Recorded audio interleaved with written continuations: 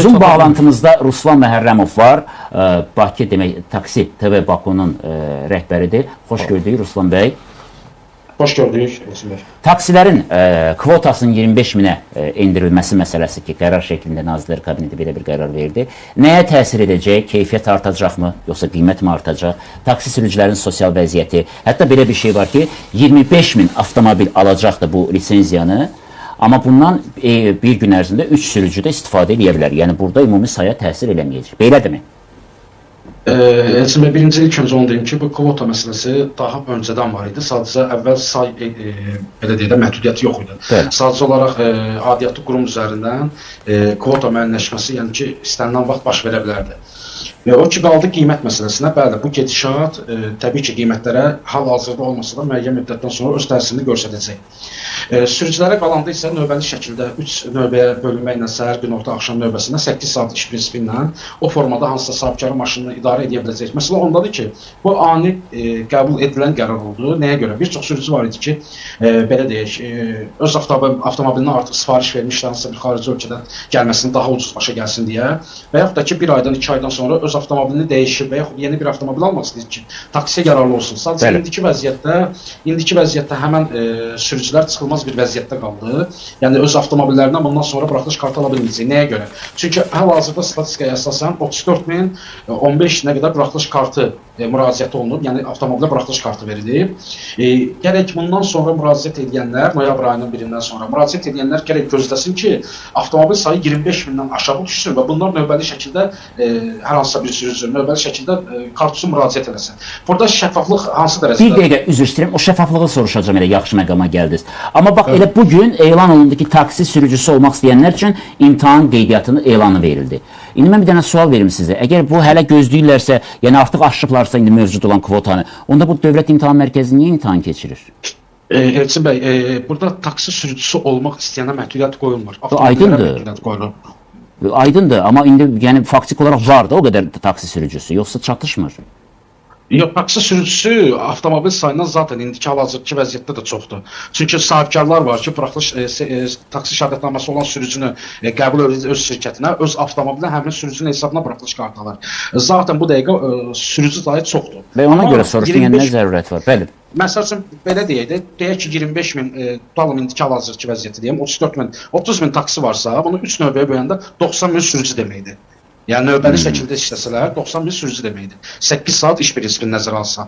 Burada gedib oxuyub, şəhadətnamə alıb, imtahan verib, taksi şəhadətnaməsi almağa hələ bir məhdudiyyət yoxdur. Sadəcə avtomobilə verilən buraxılış kartından söhbət gedir. Bunu da yuxarı aşağı ona görə mən elə düşünürəm ki, şəxsi subyektiv fikrimdir ki, buna elə hesablayırlar şəhərdə insanların ictimai nəqliyyata yönəlməsi və müəyyən qədər sıxlığın aradan qaldırması üçün düşünüblər, mən elə düşünürəm. Amma ki, məncə 1 milyon 800 min, 700 min avtomobil olan ölkənin hardasa 50% Bakıdadırsa, bunun taksi ilə o tıxacın qarşısı alınmayacaq. Və ictimai nəqliyyat da o səviyyədə deyil ki, hal-hazırda insanların daşınmasını belə deyək də tam olaraq yükü öz üzərinə götürsün. Bu dəqiqə sərnişin daşımanın müəyyən bir yükünü, bu yaxınlarda statistikada paylaşmışlar, müəyyən bir qisminin yükünü taksi avtomobilləri öz üzərinə götürür. Yəni bunu azaltmaqla biz metroların, nə bilim, avtobuslarda olan sıxlıqları kifayət qədər görürük ki, nə qədər sıxlıq var. Yəni bunu eləməklə artıq burada sərnişinlərin bir növ narazılığına gətirib çıxardacaq ki, insanlar bugünkü gün ucuz da olsa da belə taksidən müəyyən qədər istifadə edirlər.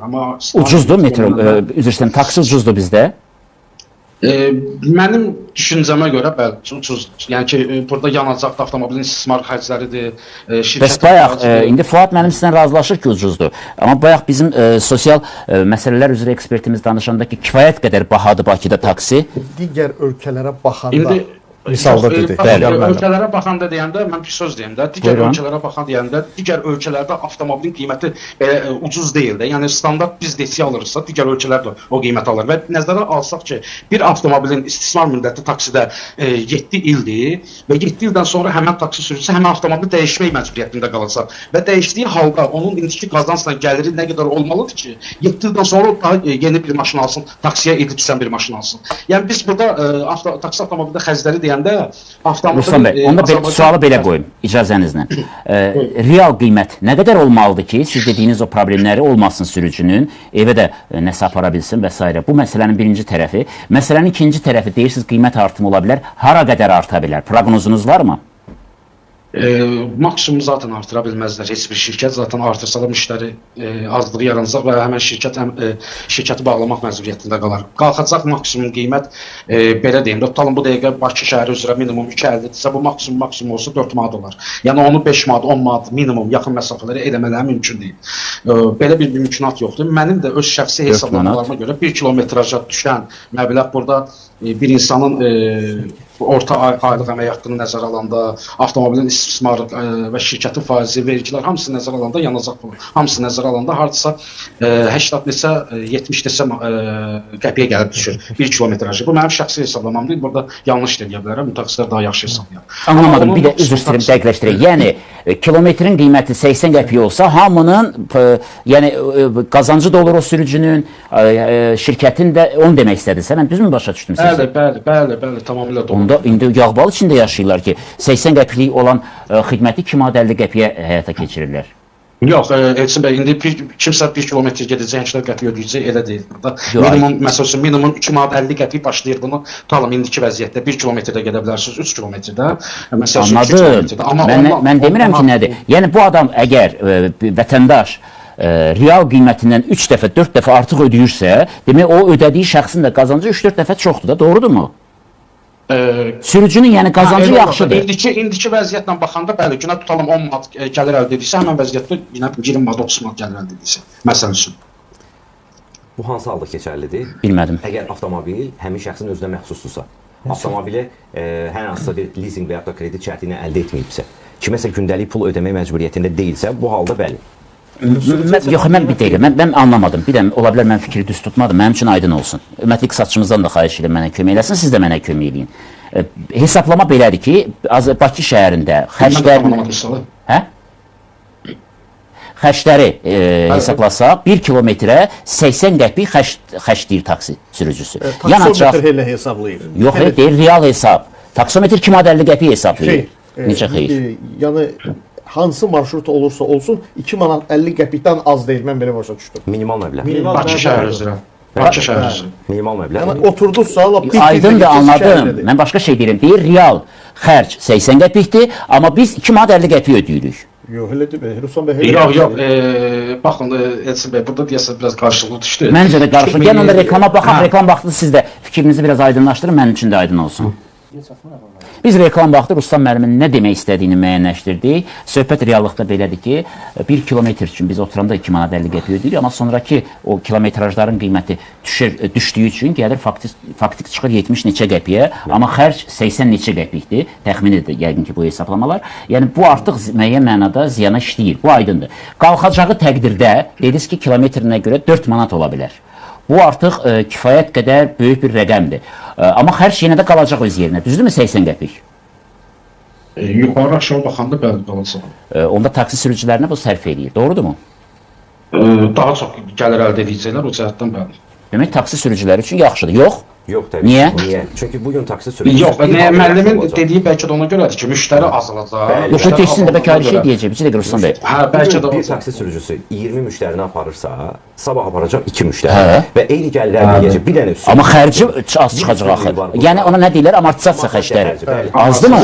Rahat istirahət eləyə biləcək. İstirahət eləyəcək, benzini az işlədəcək, yanacağı. Dəyişməz olaraq qalacaq. Məncə yox. Sahibkar ona razılaşmayacaq axı. Yəni o məsələsi də var. Yəni sahibkar nə deyəcək? Misal üçün günü belə deyək də 30 manata bugünkü gündə 2 manat 50 qəpikdən yəni ödəniş olunursa ona, o 4 manatdan olanda günə 60 manat olacaq, 50 manat olacaq. Yəni o yenə də gəlir, onu sürücü özü çıxarmalıdır. Yəni onda 80 qəpiyə yox, sürücü üçün artıq 1 manat tutaq ki 60 qəpiyə başa gələcək. Və orada yəni nə qədər qiymət qalxsa da belə, orada sürücünün bəlli kvotası var. Yəni sürücü o bəlli kvotadan artıq qazana bilməz. Yəni ona çatan məbləğ, yəni elə qiymətlər elə bölüşdürülür ki, yəni onda sahibkarlar qazanacaq. Sahibkar qazanacaq və kvadrat şirkət. Demək, bu 25 min limitə salınmasının məqsədi odur ki, sahibkarlar çox qazansın. Hə? Belə nəticəyə gəldik. Məncə yox. Məncə yox. Burada məsələ sahibkarın qazanmağı və yaxud şirkətin qazanmağını hesablamayıb baxımlar. Bunlar sırf şəhərdə müəyyən qədər, yəni açıq deyək də. Yox, indi adı elədir. Amma hörmətli Aslan müəllim dedi ki, axırda onlar qazanmış olur. Yox, ola bilər nəticə ona gətirsin, amma hesablama məncə ona deyil. Yəni ki, burada şəhərdə müəyyən qədər... Hesablama biz belə bilmərik nəyədir. Biz nə bilək insanların ürəyində nə var hesablayalım. Bu məsələ çıxazın... O ki, qaldı, o balans... Əslində, üzr istəyirəm mənim. Bayaqlara hesablamaq vardı ki, məsələn bu əslində mənim düz deyil. Balans burada əvvəl aparırdı 20 işləri, indi aparacaq 10 işləri. Həmin gəlib balansı burada yerinə oturacaq. Amma yenə də deyirəm, bu bayaqki maşının istismar müddəti başa çatandan sonra bugünkü gün bilirik ki, belə deyək də avtomobili ən maksimum cəhətdən sürücü özü hansısa bir ölkədən ucuz gətirməli istəyəndə hardasa 22 min, 24 min manata gəlir çıxır. İndi bunu böləyin 7 ilə görün geridə nə qədər məbləğ bu aya ayırmalıdır ki, 7 ildən sonra bu maşın əldə edilməlidir. Bir hesablamamız var mı əlimizdə? 20 min götürək. 20 mini 7 ilə bölək. Ən yaxşı halda deyir hələ Ruslan. Ən yaxşı halda. Çünki bunu leasing şərti ilə əldə edən sürücü 24 minlik avtomobili 35-36 min. Bəli, bəli. Mən ona görə dedim ki, elə hər şey rahat görünmür. O 25 mini vardı mı nağda getsin alsın. Yox, məcbur da leasing və yaxud da kreditə girsin. Orada da qiymətlər artıq gəlib dəyişir. Usman, başqa bir məsələ də var. Nə hansı meyarla tutaq ki da, indi 40 min adamda var da lisenziya, 40 min avtomobildə. Hansı meyarla bu 40 min avtomobil olacaq 15 min. Yəni o belə 35 min, yox 25 min. O 15 min necə çıxaracaqlar? Necə? Yəni meyar nə cür ölçüləcək? Yox, indiki vəziyyətdə 34 mindir. Burada 34 min olduğu kimi də qalacaq. Bunun heç bir halda 25 minə cansız kartı ləğv eləyib 25 minə salaq anlayışı yoxdur. Burada hansısa maşının müddəti bitəcək, hansısa sürücü ləğv eləmək məcburiyyətində qalacaq. O halda o gəlir. Neçə il sonra bu olacaq? Tam dəqiq deyə bilməyəcəm. Maksimum 8 il belə deyək də maksimum 7 il çəkə bilər bu. Nəzərə alsaq ki, kartın verilməsi neçə bir ildir başlayıb, 6 il, 5 ilə 6 ilə o tənzimləmə ola bilər, amma daha tez də ola bilər. Kartlar 7 illikdir. 7 il idi. Buraxılış kartı 7 il idi, amma elə avtomobil var ki, ona tutalım 5 il düşüb, 6 il düşüb, 15 yaşı tamam olmaq kimi düşüb. Onda yaxın, belə kobud deyək də, 7-8 ildə heç kimi verilməyəcəkdir. Yəqin. Yox, ola bilər. Mən indi bayaqları ona deyirdim ki, gəlirdim ki, şəffaflıq məsəl üçün mən bu dəqiqə girim nə qədər avtomobil buraxılış kartı var sistemdə onu görə bilmir. Heç bir taksi şirkəti olsun, heç bir adi vətəndaş görə bilmir. Yəni bu sırf aynanın görə biləcəyi bir sistemdir. Sadəcə avtomobilin nömrəsini yazıb yoxlaya bilirsən ki, bu avtomobilin buraxılış kartı var ya yox. Bəli. O ümumi sistem yoxdur ki, daxil olaraq oradan hansısa bir sürücü buraxılış kartına müraciət edir. O gərək aynanın hansısa statistika paylaşımına əsasən müəyyən eləsin. Amma girib şəffaflıq olaraq, həqiqətən 24 minə düşüb buraxılış kartı, 24 min 500-ə düşüb. Həmən burada müraciət edə bilərəm. Və yaxud müraciət edənlərin sayı nə qədərdir? Mən müraciət edəsəm onların içində düşə biləcəm. O şəffaflıq necə olacaq? Bu bir növ mənə elə gəlir ki, rüşvətə də yol açacaq hətta. Açacaq rüşvətə yol. Əlbəttə. Şərait yaradılıbdır. Bizim qərar Kim alacaq rüşvəti? ala bilən olacaq. Yox, onsuz ala bilən bizdə alır. Bu aydın ala bilməyən də alır. Amma hər halda bu kimə gedəcəkdir? Bəlkə bu qərar ona hesablanıbdır. Yox, deyə bilmərik elə ki, ona hesablanıb, amma ümumilikdə bilirsiniz, bütün təhlillər yenə nəyə gəlir çıxır. Çıxmam, qərarın özü perspektivi olmayan bir işdir. Əyyarı olmayan, yəni bunun müəyyən dövrdən sonra, necə ki 3 il bundan qabaq bu taksi sürücülərdə biz gətirdik, o dediyim kimi gizli iqtisadiyyatdan ağ dəftərə çıxardıq. İndi bu kişilərə deyirik ki, bunu keçilə 24 min, 25 min səviyyəsinə azaldıq. Məsələ perspektivi olmayan, əyyarı olmayan işdirsə, bu işlə niyə məşğul olurlar insanlar ciddi? Çıxış yolunu axtarmaq istəyirlər, tapa bilmirlər, səhv yoldayıq. Və söhbət ondan gedir. Qərar düzgün təhlil olunmur. Çıxış yolu düzgün təhlil olunmur. Axı burada biz dedik bunun tərkib hissəsi nədən ibarətdir? Rahat bəy demişkən, əgər belə tapa bilmiriksə çıxış yolunu, hər dəfə eksperimentlər keçiririksə, eksperimentlər keçirdirik. Bax, sınaqlar qoyulursa laborator şəraitdə, ki, xaricdə mütəxəssis gətirib onu həll eləsin. Lazım deyil bura xaricdən mütəxəssis gətirmək. Sadəcə olaraq olduğu kimi dəyərləndirmək lazımdır vəziyyət. Bacarmırlar da demək olduğu kimi. Bilmirəm mən. Yoxsa yox, siz işləyirsiniz o qurumlarına görə deyirəm. Bu qərar aidiyyatı qurumla bağlı bu məsələni konkret olaraq müzakirə etdiyimiz verilişlərdə olub. Bu qurum hansı qurumdan gedir? Azərbaycan Yerüstü Nəqliyyat Agentliyi təbii ki. Onlar yerin altına baxmır, ancaq yerin üstünə baxırlar. İşləri yeraltı görürlər, baxanda yerüstü baxırlar. Buyurun. Bir məsələyə diqqət çəkmək istəyirəm. 25 min taksi limiti, ümumiyyətlə bu biznesdə də belədir ki, əgər bir biznes layihəsi həyata keçirirsənsə, bir layihə həyata keçirirsənsə, bunun risklərini də nəzərə almalısan. Mənə maraqlıdır, bu təklifi Nazirlər Kabinetinə göndərəndə adı çəkilən qurum bunun risklərini gözə alıb yoxsa yox? Söhbət nədən gedir? Bu qərar qanunsuz sərnişin daşımanı da tətikləyəcək. Niyə? Bugün Koroğlu metro stansiyasının yaxınlığında, 20 yanvar metro stansiyasının yaxınlığında şəhər ətrafı qəsəbələrə getmək və yaxud da gəlmək üçün kifayət qədər toplaşıb avtomobil, avtobus gözləyən insanlar var.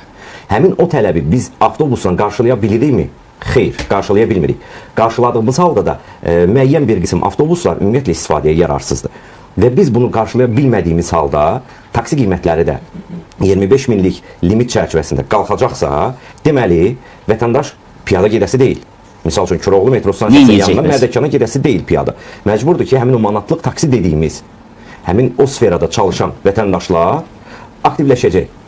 Gizli iqtisadiyyat Aydındır. Reallıq budur. Aydındır. Tamam, Bəlkə də tamam. yəni burada heç fərziyyət eləmək lazımdır, elə şuna doğru Burada da gedir. var. Mən icazə verin ikinizə də bu sualı verəcəm. Həm Ruslan bəyə, həm sizə. Ötən il yeni qaydalar tətbiq olundu. Maşınların, avtomobillərin ili ilə bağlı, nə bilim sağlamlıq məsələsi, imtahan məsələsi, onda da bir lisenziya məsələsi sərtləşdirildi, buraxılış və s. və s. Artıq bir il yarım vaxt keçirdi. Nəticələri müzakirə edək. Müsbət oldu mu? Dəyişiklik oldu mu? Ruslan bəy sizdən başlayaq. Yəni bir il yarım qabaq başlanan islahatların artıq yekununu vuraq. Yaxşı oldu mu? Mənə görə bəli, bu lazım idi, islahatlar mütləq lazım idi. Çünki Bəlkə də bu da yaxşı olur. İndi niyə qaralayırıq? Yox, mən qaralamıram. Yəni ki, mənə görə biz qaralamışıq. belə də olmalı idi. Taksi normalda hansısa bir çərçivəyə salınmalı idi. Çünki burada belə deyək də psixoloji problemi olan, narkotik vasitə avlətçisi, yəni kifayət qədər yəni ki, elə müşahidələrim olur ki, problem idi, həqiqətən narazılıq. Son vaxtlar fikir verin, taksi sürücülərindən o qədər də narazılıq yoxdur. Bəli. Yəni indi yoxdur. Nəyə görə? Bu da sırf taksi məsələsinin tənzimləməsinə ilə gəlir. Məsələ ondadır ki, bəzi şeyləri çox, məsəl üçün bugünkü olan məsələ 25 min çox anidən elə bir gözlənilmədən sürücülər üçün baş verdi deyirəm. Yəni təkrar edirəm. Məsəl üçün belə bir dənə onu deyim ki, mənim avtomobilim var, ona buraxılış kartı almışam. Bugünkü gündə 34 min taksidə buraxılış kartı var. Mən də o avtomobili 7 il sürmək məcburiyyətim yoxdur. Mən tam dəyişirəm onu, komfort bir maşın almaq istəyirəm. Taksi fəaliyyəti göstərmək üçün. Mən artıq əvvəlki kartı ləğv eləməliyəm, yeni maşına kart almalıyam. Yəni axı o limit yoxdursa, mən burada kartı ala bilməyəcəmsə, mənim öz maşınımda hal-hazırda kart var da, indi dəyişirəm də, məcburiyyətim yoxdur onun. Mən onu yenisini ala bilməyəcəmsə, yəni və yaxud bunu ləğv edib onun üzərinə çevirə bilməyəcəmsə, orada artıq mən taksi sürücüsü ola bilməyəcəm, işləməyəcəm, qalacaq işsiz. Yəni bu şeyləri maşını. İndi olur da, məsələn, adam var, bu maşın belə deyək, yararsız hala düşür. Yararsız hala düşür. Qərar belə verilir ki, olmasın. Ruslan bəy, Olmasın, artıq burada sürücü qalır boşluqda, işsiz qalacaq. Bilirəm qalır, mən də bilirəm qalır, amma başqa məntiq tapa bilmirəm. Bilirsiniz, bu qərarda məntiqi hələ mən tapa bilməmişim. İndi ola bilər mən bu işin peşəkarı deyiləm, o yer üstü nəqliyyat agentliyinin də elə adlanır. O, bu işi düşünən adamları yəqin ki, bunun məntiqini başa düşürlər və izahları da var. Hər halda mən mətbuatda onların izahlarını niçinə başa düşmədim. Ruslan bəydən soruşdum ki, siz indi onlarla işləyirsiniz, hər gün onların bütün xəbərlərini və s. izləyirsiniz. Siz bir şey başa düşdünüzmü? Mən belə başa düşdüm ki, o da bir şeylə başa düşmürdü. Mən yenə bir şey də deyim. Siz Ruslan bəy başa düşübsünüz? Onlar nə Mən istəyirlər? çünki başa düşmüşəm, nəyə görə deyirəm? Mən kifayət qədər bu dəqiqə adlı insanlardan deyirəm ki, sadəcə əlində 50 min, 60 min pul var, nə edeyim? İki dənə maşın alıb gətirim salım taksiyə, taksidə işləsin. Pisdir ki bu. Yəni əlbəttə pisdir. Biz şəhəri gəlin taksi avtomobillərlə Parisdən maşın bıraq gətirək taksiyə. Elə şəhəri bir növdə bu cür yükləyir. Biznes mühitinin olmaması üçün insanları çərçivəyə girib də ondan da əlavə insanları niyə məhz taksiyə yönləndirməliyik? Niyə bir başqa peşəyə yönləndirmirik ki, məsələn, hansısa bir ixtisas? Bir dəqiqə biz özümüz servisdəyik. Mən bu dəqiqə rəngsazdır, sonra çilingərdir, dəmirçidir, mən işçi tapa bilmirəm. yenə də gəlir təhsil məsələsi. Mütəxəssis tapa bilmirəm. Bu da məsələ ona görə biz də gəlin də hamını yönləndirək taksiyə, gəlin taksi işləyin. Taksidə bir növ kənardan çox adama rahatçılıq görsün, rahat üçün görsən. Sərbəst iştiraf edir, istədiyin vaxt durursan, istədiyin vaxt işə çıxırsan, istədiyin vaxt yatırsan. Bu bir növ psixoloji insanı yönləndirir ora. Sonra çətinliklərini görür, özü başa düşür. Amma gəlin hamını yönləndirək taksiyə, taksi işləyin. Yox, mən o fikirdə deyiləm. Ruslan bəy, söylədiniz ki, rəqsaz, çilingər və s. çatışmır, hə? Bəli, çatışmır. Olanlar da işləyir hal-hazırda, amma tapa bilmirsən. Axtarırsan, tapa bilmirsən. Məşğul olur. Maraqlı bir məsələdir. Bax, burada artıq əmək birjasının, əməyin... Sənətə gedən yoxdur ki. Niyə? Getmirlər də. Niyə getmirlər? Sənətə getmə, bəs onu təbliğ eləmək lazımdır ki, cavanlıqda. Hamı gedir, ali savad diplom arxası ilə gedirik, arxasından da gedib düşür, kişi misal üçün gedib düşür biafaka. Sənin biafakda nə işin var? Əskər gedməmək üçün. Get sənətkar ol da. Və yaxud da ora getmək istəyir, balı çatmır, gedib başqa yerə. Başqa yerə düşür, təyinatından istifadə olunur və Bəlkə, bu mənim versiyamdır. Sənətkar olmaq doğrudan çox çətindir. Bunun üçün istedad, zəhmət lazımdır. Amma bir universiteti qutaracaq, bir müəssisədə məmur işləyəcək, heç bir əziyyət çəkməyəcək, fantastik layihələr həyata keçirəcək, sabah taksi 15 min olsun, düşsün 20 min olsun və salam, bu da heç bir əziyyət çəkməyəcək, ona görə gedirlər. Çatışmazlığına görə, bax bu gün 25 min taksi müzakirə edirik. Bax, bir üzr istəyirəm, bu dəqiqə özünüzdə avtomobil icarəsi də var. 22 yaşında gənc gəlir avtomobil götürməyə. Soruşursan, niyyəti nədir indi? Bu avtomobil götürürsən də nədir məqsəd? Taksi işləyirsən. Bilirsiniz, sənətkarlarla bağlı çox ciddi məsələ var və biz